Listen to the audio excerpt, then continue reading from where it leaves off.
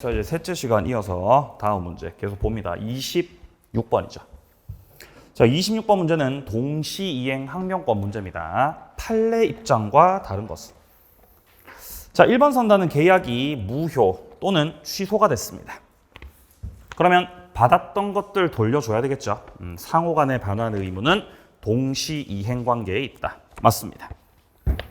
자, 2번 선단은 동시이행 관계에 있는 쌍방의 채무 중에서 어느 한 채무가 이행불능이 돼서 손해배상 채무로 바뀌었죠. 이 손해배상 채무는 원채권의 연장으로 봐야죠. 자, 그렇기 때문에 이 손해배상 채무가 상대방의 채무와 동시이행 관계가 되는 건데 지금 있지 않다 그러죠. 틀린 거죠. 2번 정답. 자, 3번입니다. 쌍무계약 당사자 일방이 한 번 현실 제공을 해서 상대방을 수령지체 빠지게 만들었어요. 그렇지만 그 이행 제공이 계속되지는 않습니다. 그러면 과거에는 했지만 지금은 안 하고 있기 때문에 상대방은 수령지체에 빠졌었지만 지금은 수령지체에 안 빠져 있죠. 그럼 상대방의 항변권이 있는 상태, 없는 상태? 있는 상태죠. 자, 그래서 상대방이 가지는 동시이행 항변권이 소멸하는 것은 아니다. 맞습니다. 자, 4번입니다. 쌍방의 채무가 별개의 계약입니다.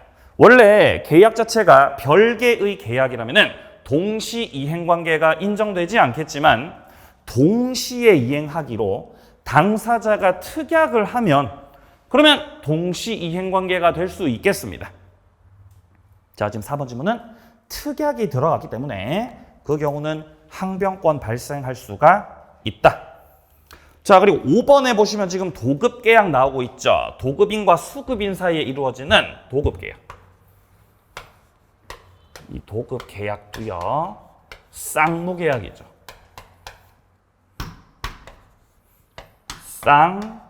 쌍무계약이죠, 도급계약.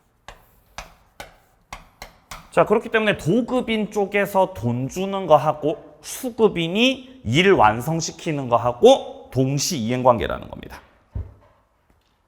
네, 맞는 말이죠. 정답은 2번으로 처리를 합니다. 자, 다음 이제 27번 문제로 넘어가 보겠습니다. 자, 제3자를 위한 계약 문제네요. 자, 옳지 않은 겁니다. 자, 먼저 1번부터 요약자는 대가관계 부존재나 효력상실을 이유로 기본관계에서 낙약자에게 부담하는 자신의 채무 이행 거절. 자, 지금 요약자 쪽에서 낙약자를 상대로 과연 이행을 거절할 수 있는지를 묻고 있습니다. 자, 요약자 그리고 낙약자 수익자가 있는데 여기서 이제 대항을 하게 되는 거는 요약자가 낙약자에게 대항하는 거죠. 요렇게. 자, 혹은 낙약자가 이 수익자에게 대항을 하는 거죠. 갑이 을에게 대항하고 을이 병에게 대항하는 건 갑이 을에게 채무를 이행해야 되고 을은 병한테 채무를 이행해야 되는 거죠. 그래서 이제 문제가 생길 시 이행을 하지 않고 거절한다.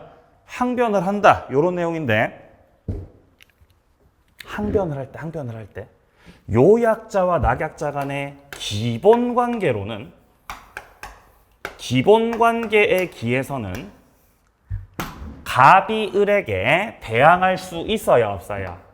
할 수 있습니다. 물론 할 수 있다. 자, 그리고 기본 관계에 기해서는 낙약자가 수익자에게도 대항할 수 있죠.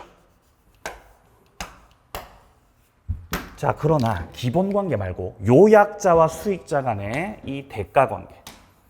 대가 관계는 제3자를 위한 계약에 영향을 미치지 않는 관계이기 때문에 대가 관계 기한 항변으로는 대항할 수 없다.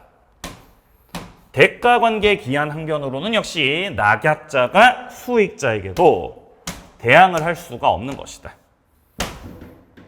자, 그럼 현재 1번에서 첫째 줄에 대가 관계의 부존재, 대가 관계의 효력상실. 그러니까 대가 관계가 무효가 됐다는 거죠.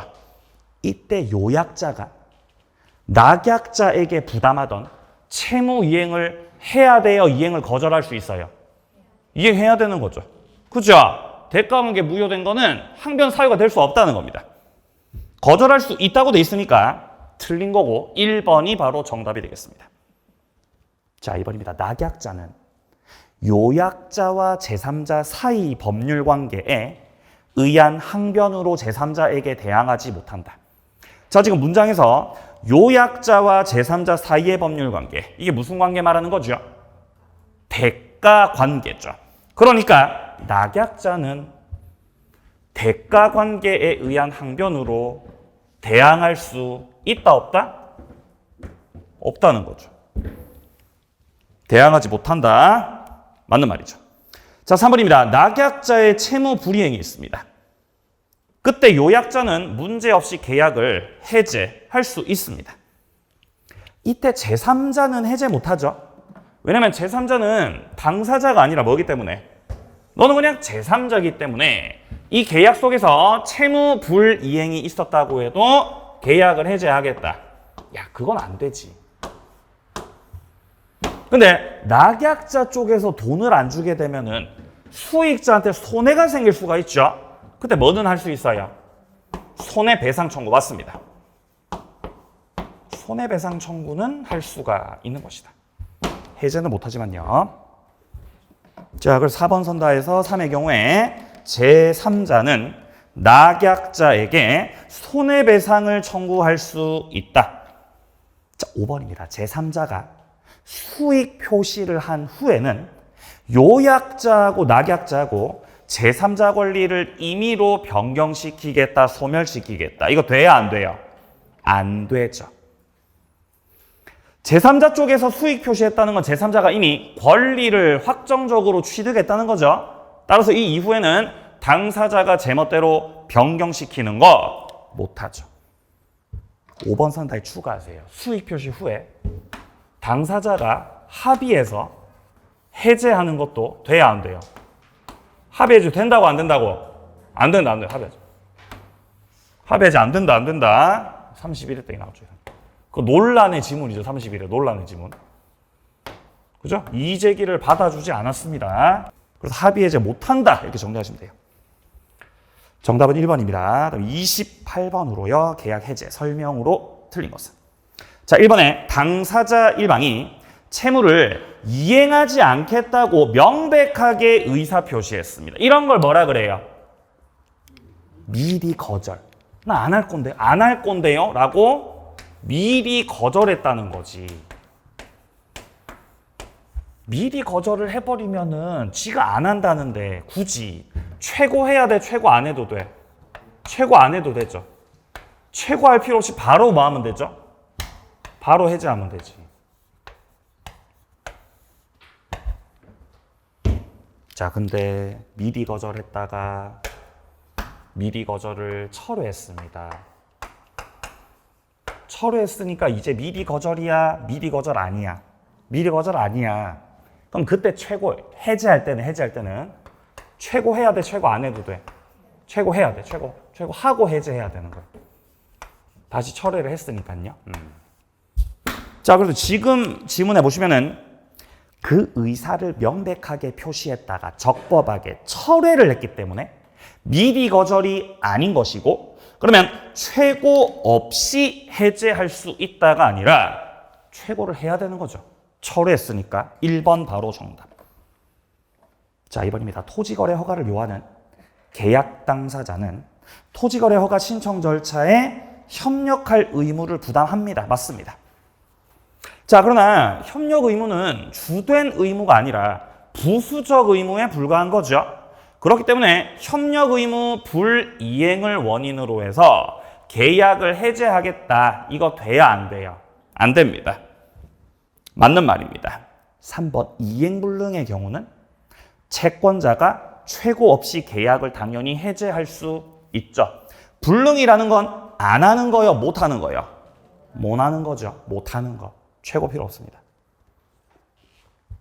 4번입니다. 특별한 약정 없으면 약정 해제권의 유보는 법정 해제권에 영향을 미치지 않죠.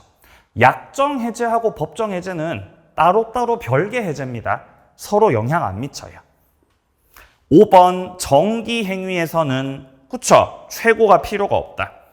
근데 할 필요가 없는 건 최고지만 해제는 해야 돼, 안 해도 돼? 해제는 해야죠. 정답 1번이요. 29번 문제 매매입니다. 틀린 것은. 자, 1번입니다. 매도인이 매매 목적된 권리를 이전시키는 의무하고 매수인의 대금 지급과 당연히 동시 이행 관계고요. 자, 2번 선다. 매매 계약이 있어서 매도인의 목적물 인도 기한을 정했습니다. 자, 그러면 매도인 쪽에서 목적물 넘겨주는 거 하고 매수인이 대금을 지급하는 거 하고 무슨 관계이기 때문에 동시 이행 관계죠. 그러면 동일 기한으로 추정이 되는 거죠. 자, 3번입니다. 매매 목적 부동산에 저당권 등기가 있습니다. 자, 그런데 피담보 채권 소멸로 인해서 저당권이 이미 소멸되어 버린 경우죠. 그러면 저당권 등기 말소시켜야 돼요? 말소 안 시켜도 돼요? 말소 시켜야 돼요. 자, 갑이 건물을 판대요, 건물을. 갑이 건물 팔고 을이 이 건물을 3억에 매수하기로 했다. 자, 그런데 이 건물의 등기부를 확인해 보니까 저당권 설정이 돼 있는 거죠. 그럼 을 쪽에서 말소시키라 그러죠. 말소시켜 주세요.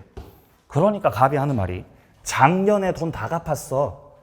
아직 말소만 안 시킨 거지. 저당권은 없는 거야. 등기부상에만 남아있는 거지. 이때 갑이 말소시켜야 돼요? 말소 안 시켜도 돼요? 말소시켜야 되는 거죠? 왜냐면 얼마 드니까? 5만 원이요. 말소 5만 원이죠? 5만 원. 5만 원 갑이 부담, 을이 부담. 갑 지가 부담해야죠. 그죠? 정리하고. 자, 이렇게 정리하고 이렇게 딱 이렇게 넘겨줘야죠. 정리하고. 5만 원입니다. 5만 원. 네. 자, 그래서 정리해 줘야 됩니다. 근데 3번 지문에서는 매도인이 그 저당권 등기 말소시켜줄 의무까지는 없다 그러지 않습니까? 아니지. 의무가 있습니다. 3번 정답. 자, 4번입니다. 매매 목적인 재산권은 반드시 현존해야 되는 것은 아니고 나중에 장래 존재하게 되는 재산권도 목적물이 될 수 있습니다. 예를 들면 그게 바로 분양권이죠. 분양권. 분양권 우리가 사고 팔고 하잖아요. 근데 아직 아파트 다 지었어? 아직 안 지었어? 아직 안 지었죠? 그래도 사고 팔고 하죠. 자, 5번입니다. 원칙적으로 매매 계약에 있어서 채무를 이행할 때 들어가는 비용은 채무자 자기가 부담해야 되죠. 그죠? 자, 갑이 말소시킬 때 말소 비용 균분해서 부담, 갑이 부담. 갑 지가 부담해야 되죠. 그죠? 자기 부담해야죠. 자, 그러나 계약 체결 비용. 요게 이제 매매 비용으로 보면 됩니다. 매매 비용은 쌍방이 균분해서 부담을 하게 되겠습니다. 맞습니다. 정답은 3번.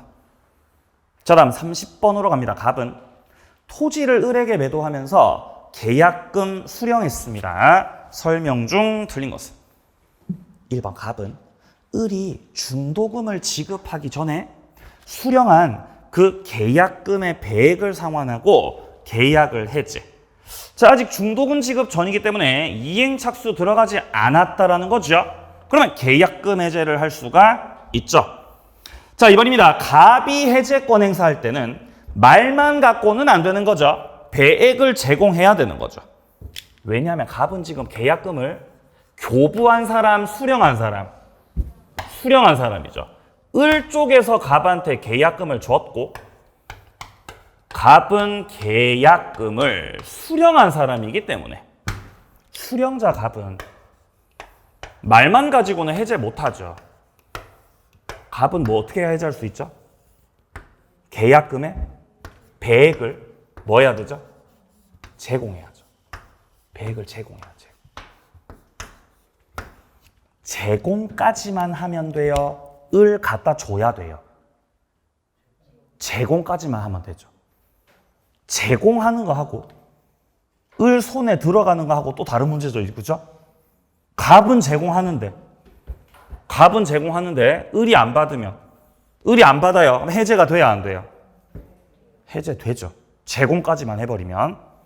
을이 안 받을 때 이 100을 공탁할 의무 있다 없다? 공탁할 의무 없다. 공탁할 의무는 없다. 뭐까지만 하면 되는 거다? 제공까지만 하면 되는 거다. 그죠? 어떻게 하면 제공하는 거예요? 보관함에 넣어놓으면 돼요. 보관함에 넣어놓고 열쇠 갖다 주면 됩니다. 제공한 거죠. 그죠? 네, 뭐 그렇습니다. 네, 자, 그래서 이거 맞는 말, 틀린 말? 맞는 말이죠, 그죠? 100 상환 제공과 함께하는 거다. 자, 3번입니다. 을이 중도금 지급기일에 중도금 일부를 지급했어요. 중도금 일부 지급한 것도 중도금 준 거 안 준 거? 준 거죠. 자, 중도금을 일부만 지급했든지 아니면 중도금을 미리 지급했든지 전부 다 이행착수다, 이행착수 아니다? 이행착수 맞습니다. 그러니까 계약금 배액을 상환하고 해제할 수는 없는 거죠. 자, 4번이 바로 을이 중도금 지급기일 전에 중도금 지급했다는 거죠. 이게 바로 중도금을 미리 지급한 거죠. 이것도 이행착수입니다.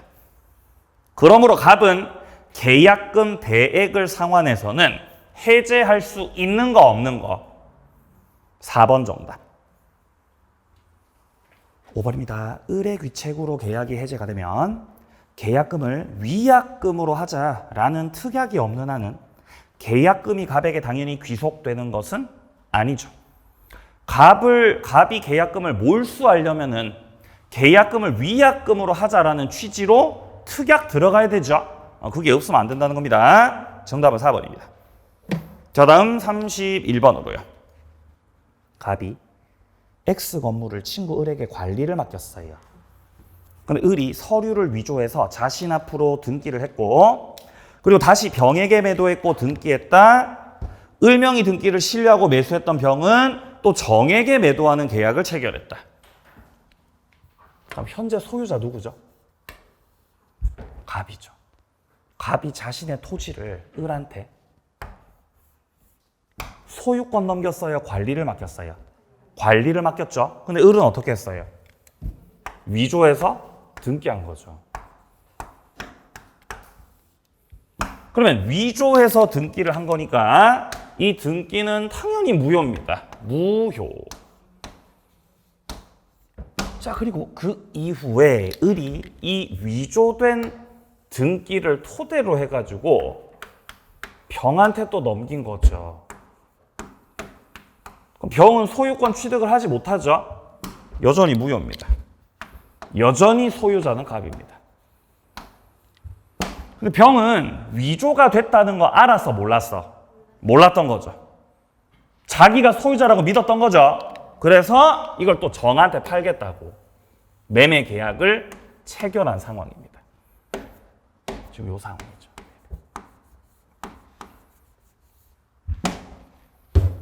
자, 그럼 일단 병하고 정 사이의 매매 계약은요, 전부 타인 권리 매매가 되는 거예요. 병이 매도인이고 정이 매수인임에도 불구하고 여전히 목적물 소유자가 누구라서? 갑이라서. 소유자가 갑이기 때문에 전부가 타인의 권리입니다. 자, 그럼 이런 상황에서는 정은 매수인으로서 계약을 뭐 할 수 있어요? 해제할 수 있죠. 선임한요, 선악 불문하고요. 예, 매수인은 선악을 불문하고 계약을 해제할 수 있습니다. 근데 이제 전부 타인 권리에서 좀 특이한 제도가 있었지 않습니까? 매도인이 뭐일 때? 선의일 때, 맞아요. 매도인이 선의의 매도인일 때 매도인 측에서 지가 해제할 수 있죠. 기억나십니까? 예. 자, 이 사례가 현재 병은 자신이 소유자라고 믿었고 나에게 본권 없다는 걸 모르고 있었기 때문에 선의의 매도인이었죠. 따라서 갑 쪽에서 해제를 할 수 있을 것입니다. 자, 보죠. 지문 1번서부터. 자, 갑은 을과 병상대로 소유권 등기에 대해서 말소 청구 할 수 있습니까? 왜 할 수 있죠? 소유자라서. 맞아요. 갑이 소유자라서 할 수 있는 거예요. 자, 2번입니다. 1의 경우에 병은 을에 대해서 해제권 행사를 하고 손해배상 청구할 수 있다. 을은 서류 위조한 사람이고 계약상 의무를 이행하지 못하는 상황이죠. 그러니까 이행불능, 채무불이행으로 보시면 됩니다. 그러면 을이 채무불이행에 빠져 있기 때문에 을의 채무불이행을 원인으로 해서 병은 계약을 해제할 수 있고 손해배상 청구할 수 있다라는 거죠. 맞는 말. 3번 1의 경우에 정은 자신의 선악 여부를 떠나서 병과의 계약을 해제하는 거 됩니까? 예, 왜냐하면 이제 병과 정사의 계약은 전부 타인 권리 매매고 정은 매수인이기 때문에 선악을 불문하고 계약 해제. 자, 4번 나오고 있죠. 1의 경우 선의의 병은 정과의 매매 계약을 해제할 수 있어요, 없어요? 할 수 있죠. 선의의 매도인. 4번 정답. 자, 5번입니다. 3의 경우에 정이 해제권 행사를 하는 거. 전부 타인 권리에서의 매수인 권리는 제척 기간이 없지요? 맞습니다. 정답 4번. 32번이요. 임대차입니다. 틀린 것은 1번에 임대차 기간 약정이 없다. 그럼 기간 약정이 없는 임대차니까 그냥 기간이 없는 임대차죠. 그럼 양 당사자 둘 다 해지 통고를 할 수 있죠. 2번입니다. 1의 경우에 상대방이 해지 통고를 받은 날로부터 일정 기간이 경과해야 임대차가 소멸한다. 맞나요? 얼마나 경과돼야 되죠? 임차인은 1개월, 임대인은 6개월. 맞습니다. 임대인 쪽에서 해지 통고를 했을 때는 6개월 후에 종료가 되고, 자, 반대로 임차인 쪽에서 해지 통고를 했을 때는 1개월 후에 종료가 됩니다. 일정 기간은 6개월과 1개월을 말하는 것이죠. 자, 3번입니다. 임차인이 지출했던 필요비하고 유익비하고 둘 다 임대차가 종료돼야 청구할 수 있는 겁니까? 아니지. 그거는 유익비만 그런 거죠? 필요비는 즉시 청구 가능하죠. 3번 정답. 자, 4번입니다. 건물의 소유를 목적으로 한 토지 임대차입니다. 임대차를 등기하지 않았더라도 지상 건물을 등기했죠. 자, 이렇게 토지 임차인이 건물 짓고 지상 건물 보존 등기하게 되면은 대항력이 부여가 되는 거죠. 네, 그러면은 제3자에 대해서 임대차 효력은 생기는 것이다. 자, 5번입니다. 4의 경우에 임대차 기간 만료 전에 건물이 멸실돼 버렸네요. 그러면 보존 등기의 효력이 없어지는 거죠. 대항력이 없어지는 거예요. 정답 3번. 33번으로 갑니다. 부속물 매수 청구권이죠. 자, 부속물 매수 청구는 토지 임차인이 하는 거, 건물 임차인이 하는 거. 건물 임차인이 하는 거죠. 건물 임차인. 자, 부속물 매수 청구에서의 그 부속물이 되려면은 합쳐지면 돼야 안 돼요? 합쳐지면 안 되죠. 즉, 독립성 있어야 돼, 없어도 돼? 독립성이 있어야지, 독립성.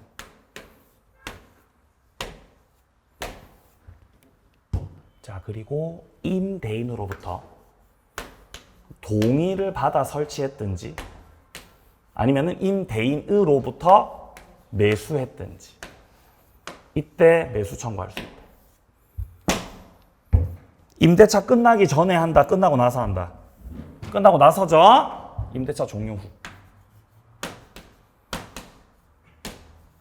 매수 청구할 수 있다.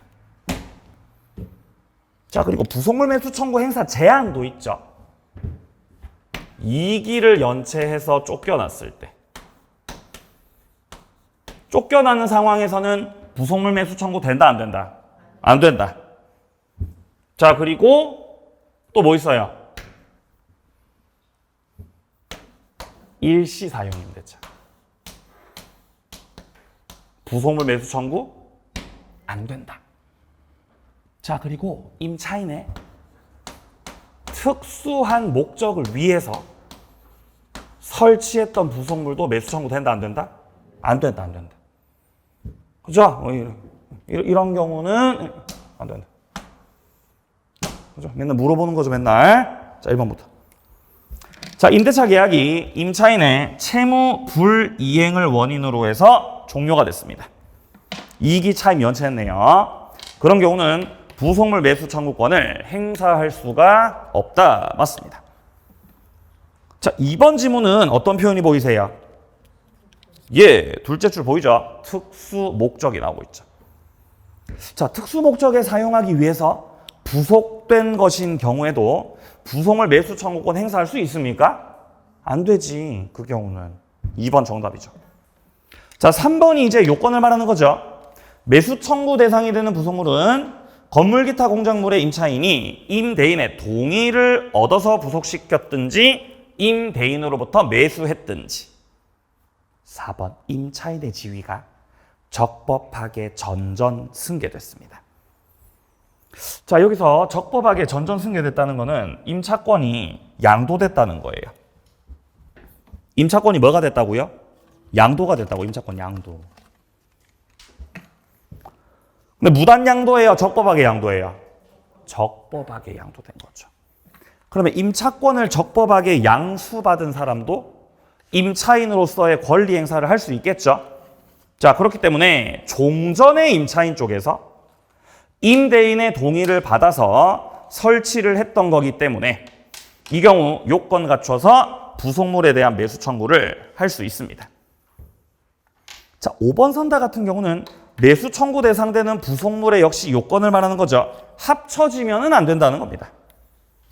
독립한 물건으로 존재해야 되고 임차 목적물의 구성 부분으로 되지 않을 것을 요한다. 맞습니다. 정답은 2번이죠.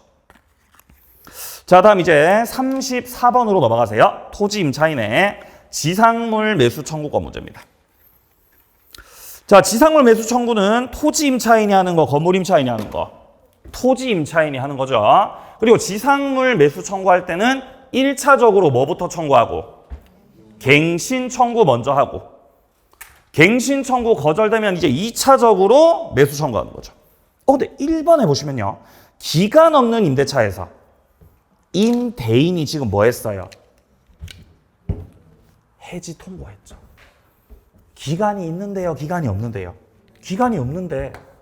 자, 원래는 임대인이 있고 임차인이 있을 때 임차인 쪽에서 권리 행사를 할 때는요. 1차적으로 먼저 갱신 청구부터 하는 거예요.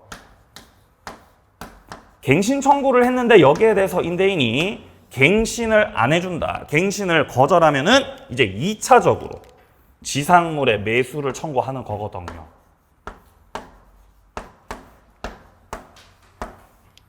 근데 문제는 현재 선다에서는 임대인 쪽에서 애초에 그냥 나가라고 해지 통보했다는 거죠. 그러면 임대인 쪽에서 이렇게 해지 통보했다는 거는 갱신해 줄 생각 없다는 거죠. 그럼 갱신 청구 해야 돼, 생략해? 생략하고. 바로 매수 청구. 할 수가 있다. 그럼 맞았어요? 틀렸어요? 맞았어요? 맞았어요. 즉시 매수 청구를 할 수 있다. 자, 2번입니다. 지상물의 경제적 가치, 임대인의 효용 여부, 이런 거 요건이에요? 요건 아니에요? 요건 아니고 따져요? 안 따져요? 안 따져요. 지상물 매수 청구할 때 안 따지는 게 있었죠? 첫 번째. 동의를 받고 설치했냐, 동의 안 받고 설치했냐? 안 따진다. 허가 받았냐, 안 받았냐? 등기했냐, 안 했냐? 안 따진다. 임대인에게 효용이 있냐, 없냐? 경제적으로 가치가 있냐 없냐 안 따진다. 건물에 저당권이 설정돼 있냐 그것도 안 따지죠. 자, 따라서 동의, 허가, 등기, 효용, 가치, 저당권 설정 그 여부를 불문한다. 불문하고 매수 청구권을 행사할 수가 있습니다. 틀린 거죠. 자, 4번입니다. 임대차 종료 전 지상물 일체를 포기하겠다고 임대인과 임차인 사이에서 약정했습니다. 이거 유효다, 무효다? 무효죠. 왜냐하면 지상물 일체를 포기하는 거는 매수 청구 배제 특약되는 거죠. 매수 청구권은 알다시피 강행 규정이죠. 특약으로 배제가 돼야 안 돼요? 안 되죠. 그러니까 특약이 무효인 거죠. 특약이. 틀렸고 5번입니다. 건물 소유를 목적으로 한 토지 임차권이 등기가 돼 있습니다. 이때 임차인은 토지 양수인에게 매수 청구 됩니까? 양수인한테 매수 청구할 수 있으려면은 임차인이 뭐가 있어야 되죠? 대항력 있어야죠. 지금 5번 선다에서 임차인한테 대항력이 있어요, 없어요? 대항력이 있는 거죠. 왜냐면은 임차권 등기가 되어 있거든요. 따라서 대항력이 있기 때문에 토지 양수인을 상대로 해가지고도 매수 청구권 행사를 할 수가 있는 것이다. 5번 틀렸고요. 정답은 1번입니다. 다음 넘어갑니다. 35번으로요. 임차권 등기 명령제도입니다. 1번.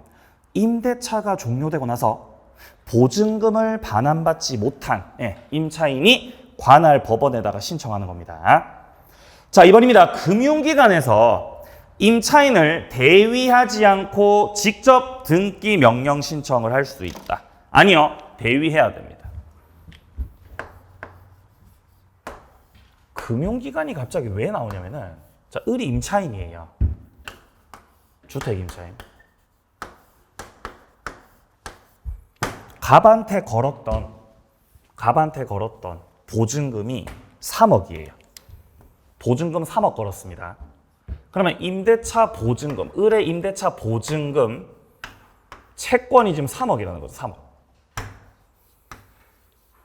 이제 임대차가 끝나고 나면은 갑한테 3억을 반환받을 수 있는 채권이 있는 거죠, 을한테. 그리고 을이 이 상황에서 은행에 대출 받으러 갔을 때, 은행에 대출 받으러 갈 때 금융기관에서 돈 빌려줄 때 그냥 안 빌려주죠. 담보가 필요한데 을이 가지고 있는 담보는 이 보증금 채권밖에 없는 거예요. 그래서 보증금 채권을 은행에다가 담보로 제공해주고 은행에서는 거기에 맞춰서 대출 내주는 거죠. 이렇게 대출을 받았다 이 말이에요, 을이. 이해하십니까? 그럼 은행에서 뭐를 담보 잡고 있는 거예요? 채권 담보로 잡고 있는 거죠. 그러면 은행 입장에서는 을한테 빌려준 돈을 제대로 잘 회수받기 위해서는 임대차 끝나고 나서 갑이 을한테 보증금을 잘 빼줘야 되겠죠. 그래 을이 은행에 돈 갚을 거 아닙니까? 이해되세요? 예. 근데 임대차가 끝났는데 임대차가 종료가 됐어요. 얘가 보증금을 빼줘야 되는데 안 빼주는 거죠. 근데 을도 뜨뜻미지근하게 조치를 취하지 않고 가만히 있는 거죠. 멍청하게. 그러니까 은행 입장에서는 답답하죠. 네가 보증금을 챙겨야 돈을 갚을 거 아니냐. 근데 너 보증금 못 받고 있네? 그래서 은행이 임차인을 대위해가지고 관할 법원에 가는 거예요. 그래서 뭐를 신청한다는 거예요? 임차권 등기 명령 신청한다 이 말입니다. 등기해놔야죠. 그래야 채권 회수가 되니까요.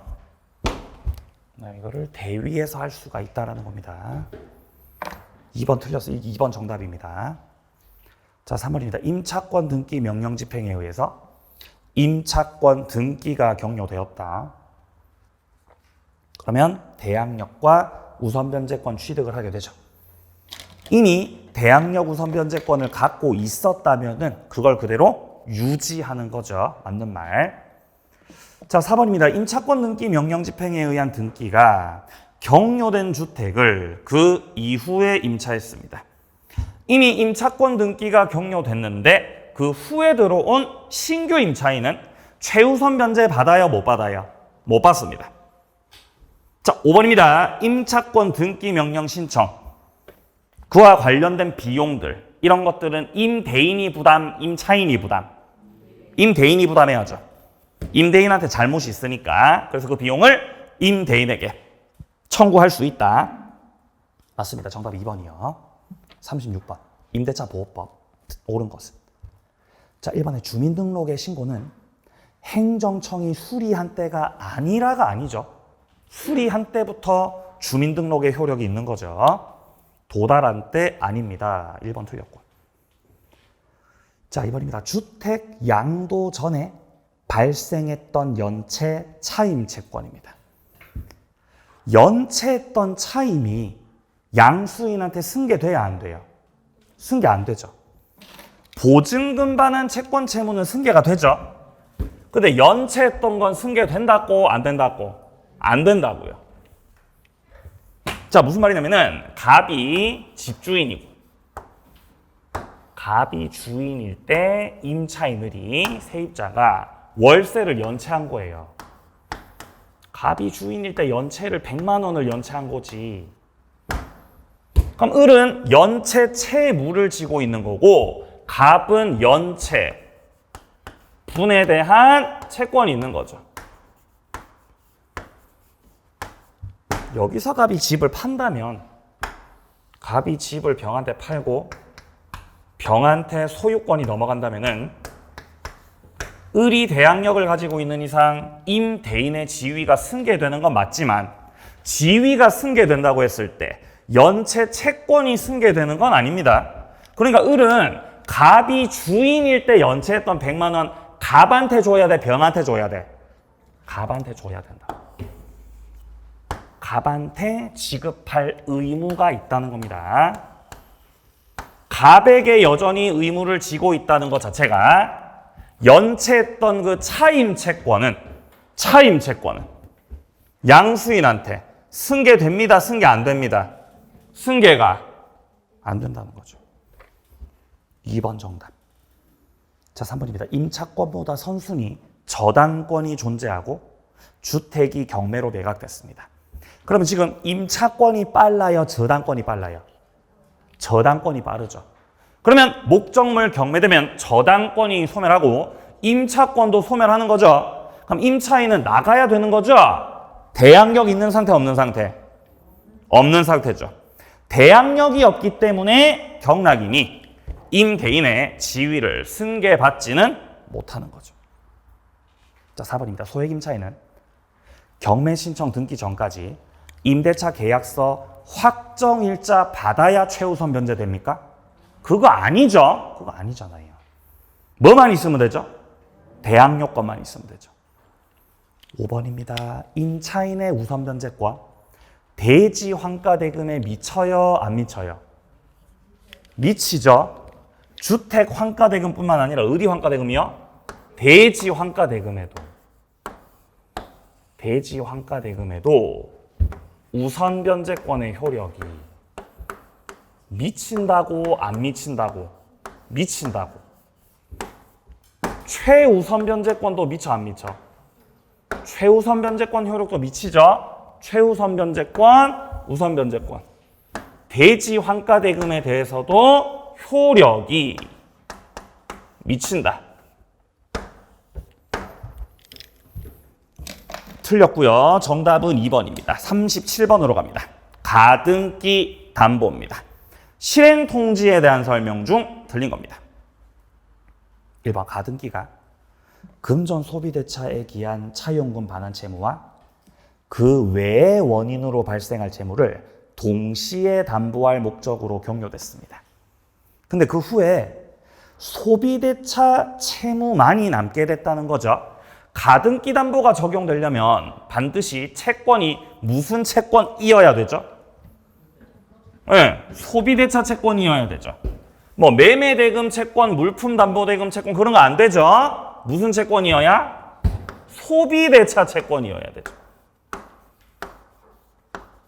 그럼 지금 1번 선단은 소비대차 채권이에요? 아니에요?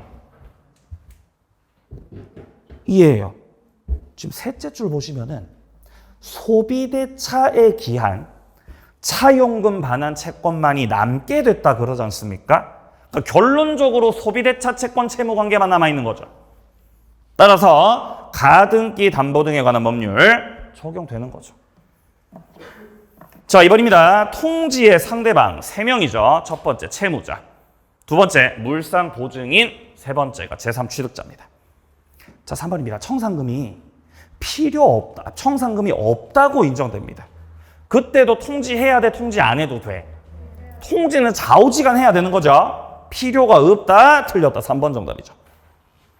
자, 2번입니다. 통지 시기는 변제기 이후겠죠, 당연히. 돈 갚을 날짜가 됐는데 돈 안 갚을 때. 자, 5번 채권자는 채무자 등에 대한 적법한 통지가 도달한 이후서부터는 이제 후순위 권리자한테도 그 내용을 통지해서 알려줘야 됩니다. 자, 정답은 3번이에요. 다음 38번으로 갑니다. 갑은 을에게 1억을 빌려주고 이를 담보하기 위해서 을 소유의 부동산에 가등기를 하였다. 그럼 가등기 담보 문제죠. 누가 가등기 담보권자예요, 지금? 누가 가등기 했어요? 갑이 했죠? 갑이 가등기 담보권자죠. 맞습니다. 자, 채권은 3억이라고 나오고요. 자, 을이 채무자고 채권 담보를 위해서 갑이 가등기를 받았습니다. 자, 갑이 가등기 담보권자죠. 지금 현재 이 상황.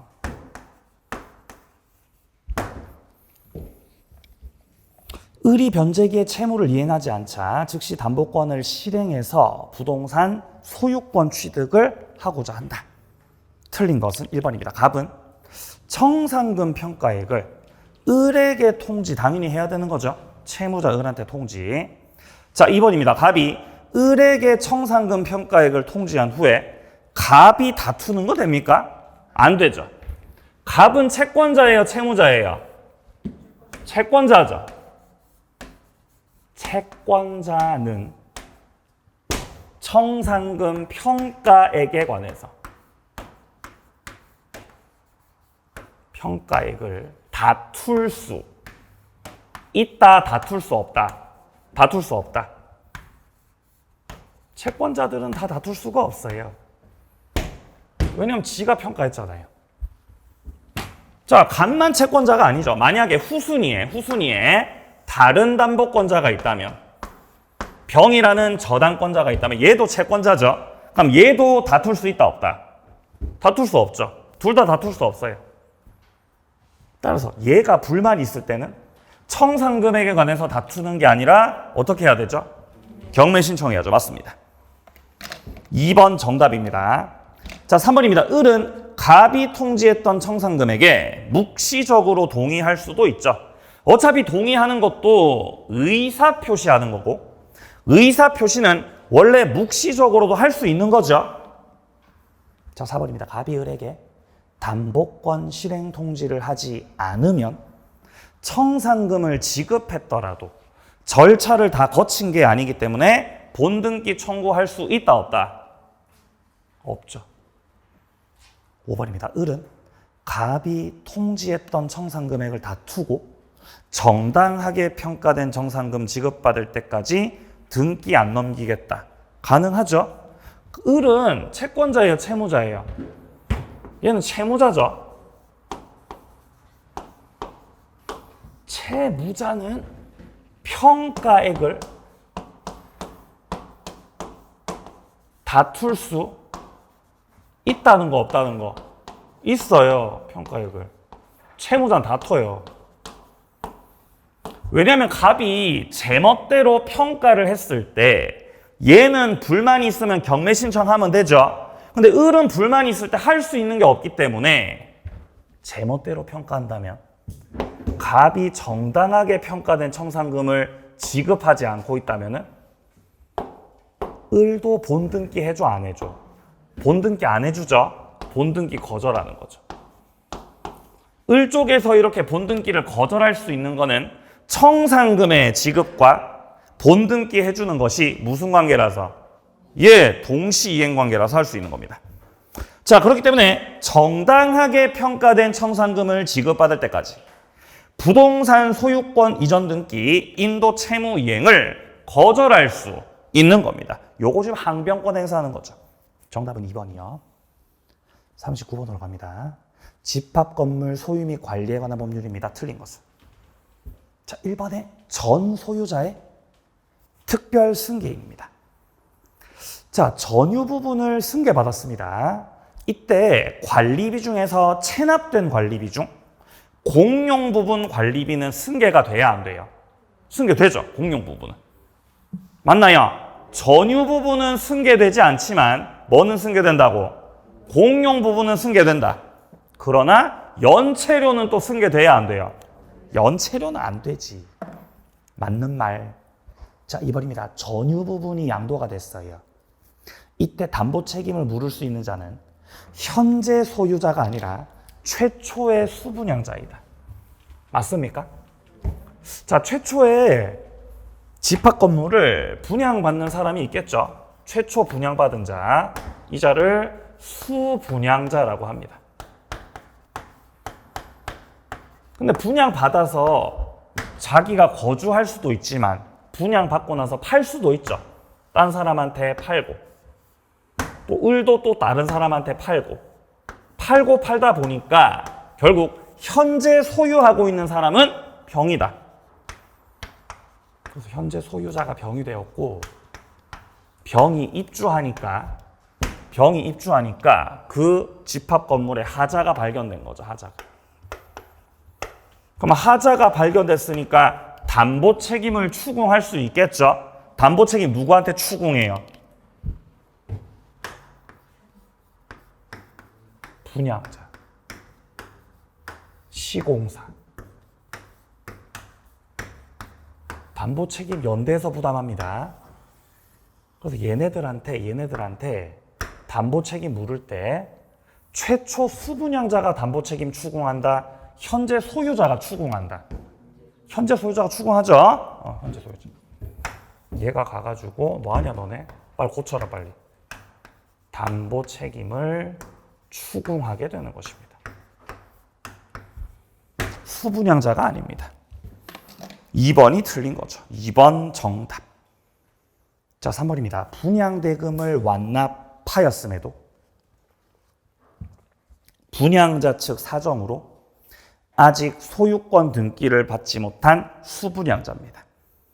자, 아직 등기는 못 받았지만 대금을 다 완납했기 때문에 실질적 소유자로 인정해 줍니다. 그러면 의결권 행사 되겠어, 안 되겠어?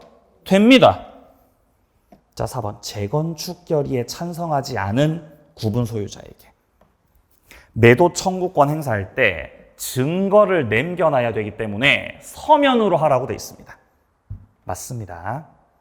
자, 5번. 재건축 결의가 법정 정족수 미달로 무효가 됐다. 그럼 매도 청구권은 발생하지 않습니다.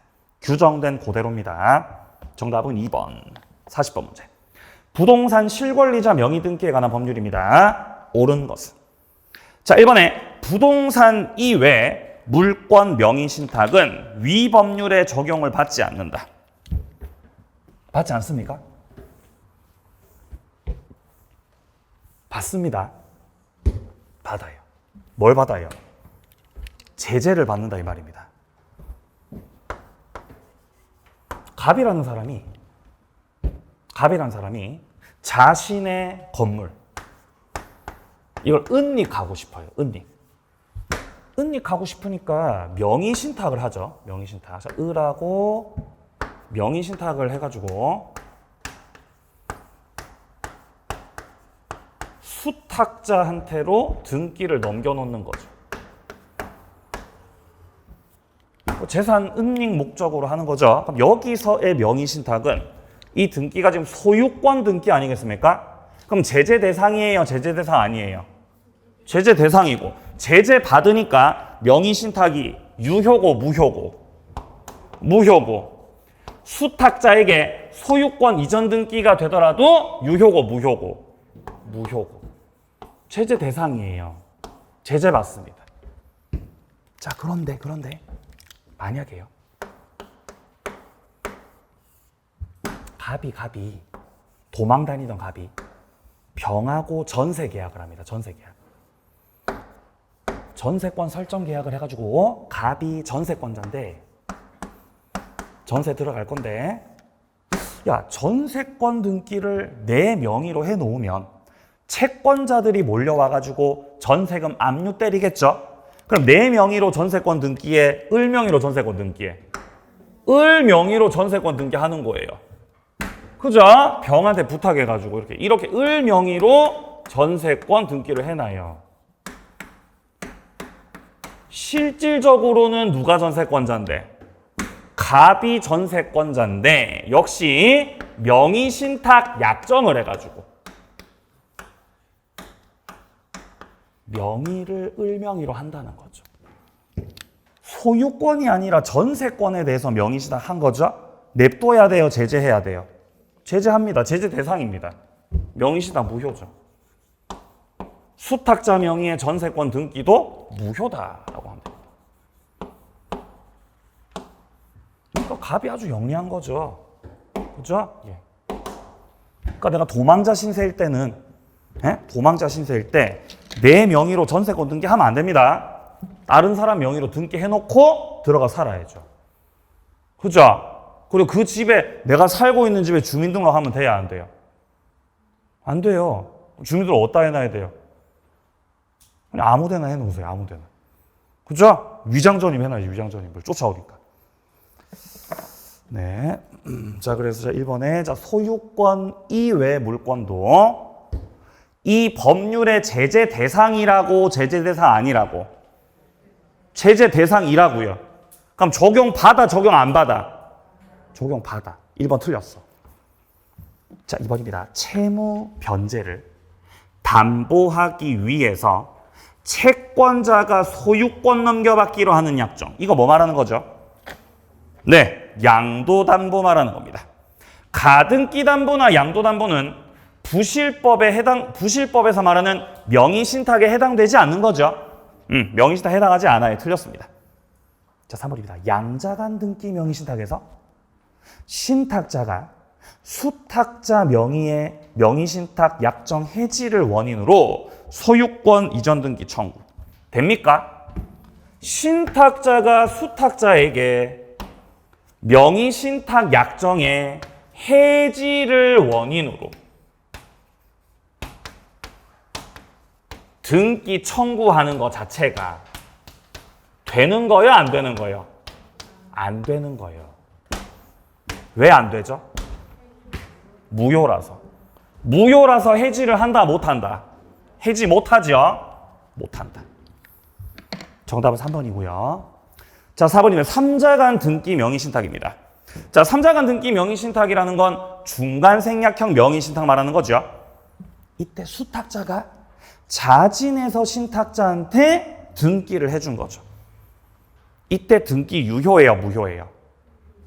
유효죠. 왜 유효죠? 실체적 권리 관계에 부합되기 때문입니다. 자, 5번입니다. 명의신탁 약정의 무효는 악의의 제3자에게 대항할 수 없죠.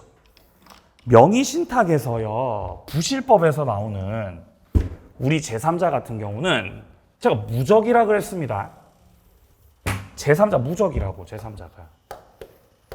제3자가 무적이에요, 무적.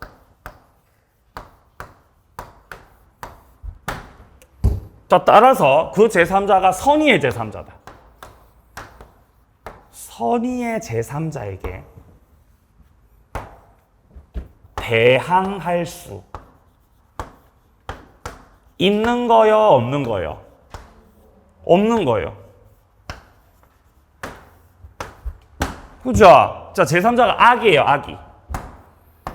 악의의 제3자에게도 대항할 수 있는 거, 없는 거? 없는 거예요. 그러니까 제3자가 선의의 제3자든 악의의 제3자든 싹 다 보호받아 못 받아? 다 보호받습니다. 그러니까 선의의 제3자에게도 대항할 수 없고 악의의 제3자에게도 대항할 수 없는 거죠. 대항할 수 있다는 건 틀렸습니다. 자, 그래서 정답을 3번으로 처리하시면 되겠습니다. 자, 이렇게 해서 이제 4회차까지 동영 과정을 다 마무리하고요. 자, 오늘로써 정규 수업 과정은 모두 다 종료가 됩니다. 예. 시험 섭섭한 마음을 뒤로 한 채 지난 1년 동안 달렸었는데 여러 가지 일들이 많이 있었지만 그래도 이렇게 끝까지 강의실에서 제 수업을 지켜주신 여러분들께 감사한 말씀을 드리고요. 내년에는 이제 수강생으로 뵙지 말고 합격자로 만날 수 있으면 좋겠습니다. 자, 고생 많으셨고요. 마지막까지 잘 마무리하셔서 유종의 미를 거두실 수 있었으면 좋겠습니다. 수고하셨습니다.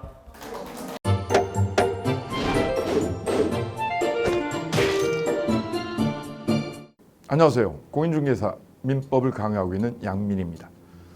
자, 제가 준비한 거는 공인중개사 자료를 쉽게 다운받는 꿀팁을 준비해 보았습니다.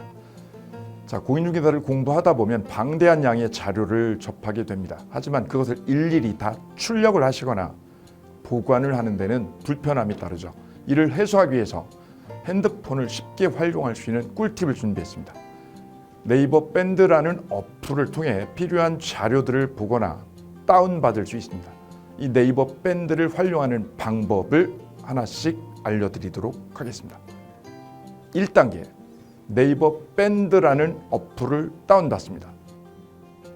가장 먼저 안드로이드 버전은 플레이 스토어를 클릭하시면 되겠습니다. 아이폰은 앱스토어에서 하시면 됩니다. 그 다음 검색창에 네이버 밴드를 검색하시고 다운 혹은 설치를 클릭하시면 되겠습니다. 이렇게요. 2단계, 밴드 어플에서 공수모를 검색해 주시면 되겠습니다. 밴드 어플을 누르시면 위쪽 상단에 보시는 것처럼 돋보기 모양의 아이콘이 보입니다. 이 돋보기 부분을 클릭하시게 되면 맨 위쪽에 하얀 공백의 검색창이 생기는데요. 이곳을 눌러서 공수모 이 세 글자를 쳐주시면 되겠습니다. 3단계는요. 해당 공수모 밴드를 들어가 주시면 됩니다. 이 밴드는 공인중개사를 공부하시는 수험생들을 위한 밴드입니다. 수험생들을 위한 시험 정보나 자료가 업로드되어 있어서 공부를 할 때 활용할 수 있는 밴드입니다. 보시는 것과 같이 강의와 관련된 공지사항이나 최신 자료가 다양하게 제공되고 있습니다.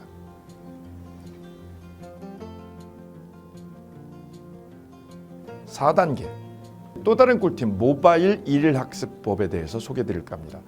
이제 핸드폰으로 짬 시간을 활용하셔서 공부하는 학습법을 알려드리도록 하겠습니다. 자료 페이지에서 뒤로 가기를 누르시면 처음 보셨던 페이지가 뜹니다. 여기서 내려가 보세요.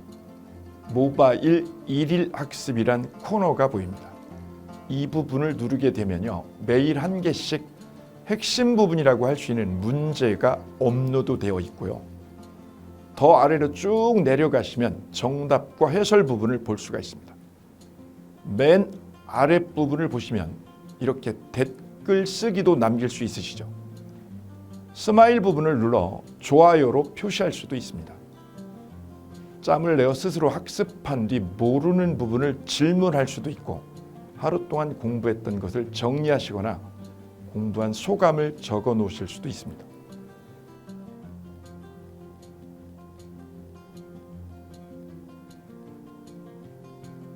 지금까지의 과정과 같이 공수모 밴드에 가입하신다면 다채롭게 업데이트되는 양질의 최근 자료들을 접하시고 활용할 수 있습니다. 꼭 가입하셔서 좋은 자료 많이 활용하시기 바랍니다.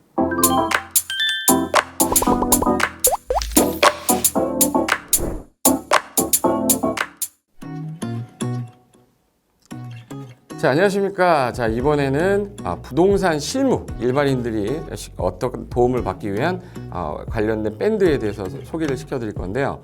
일단은 검색창에다가 365 부스라고 치시면 돼요. 365 부스인데 365일 부동산 스터디라는 밴드예요. 네이버 밴드인데 요 365 부동산 스터디라는 밴드 일단 이거 클릭하시면 현재는 이제 4만 명 정도 되는 밴드인데요. 우리가 일반인들이 어떤 부동산 정보를 뭐 습득하는 데 있어서 이 정보를 얻기가 되게 쉽지가 않습니다. 내가 어딘가를 뭐 찾아본다고 해서 잘 찾을 수 있는 것도 아니고, 그리고 어떤 전문가들이 하는 말들이 이 친밀성이 있는 건지 아닌지에 대해서도 우리가 잘 뭐 믿을 수가 없는 거기 때문에 그런 정보를 그래도 좀 손쉽게 찾아볼 수 있게끔 저희 이제 이 밴드에 구성된 전문가들이 정보를 좀 제공해 주는 거기 때문에 아마 유용하게 활용할 수 있을 거고요. 내가 부동산 중에 토지를 좀 알고 싶다, 또는 상가를 좀 알고 싶다, 또는 나는 내 집 마련을 위해서 청약이 좀 궁금하다. 근데 그게 솔직히 어디 가서 물어보거나 어떤 정보를 찾기 쉽지 않아서 그것 때문에 만들어진 밴드라고 보시면 돼요. 그래서 365일 내내 부동산을 어떤 공부한다는 취지로 밴드에 들어오셔서 질의응답도 하시고 궁금한 사항에 대해서 뭐 예를 들어 문의를 하시면 저희가 관련된 정보를 또 제공해주는 그런 밴드라고 보시면 되겠습니다. 어떤 밴드냐면 한번 보시면은 지금 현재는 뭐 공지사항이 제일 먼저 나올 건데요. 이 공지사항은 기존에 있던 오프라인이 어떤 강좌가 있으면 그 강좌에 관련된 거 뭐 세미나라든지 그래서 평소에 이제 우리가 이제 접하지 못했던 강의들 있죠. 이렇게 진행이 된다라는 거 공지를 좀 하는 그런 내용들이고요. 하나 좀 더 올리면 자 이제 우리 교수님이에요. 교수님 중에 상가 교수님이 최근에 예를 들어서 법이 바뀌었어요.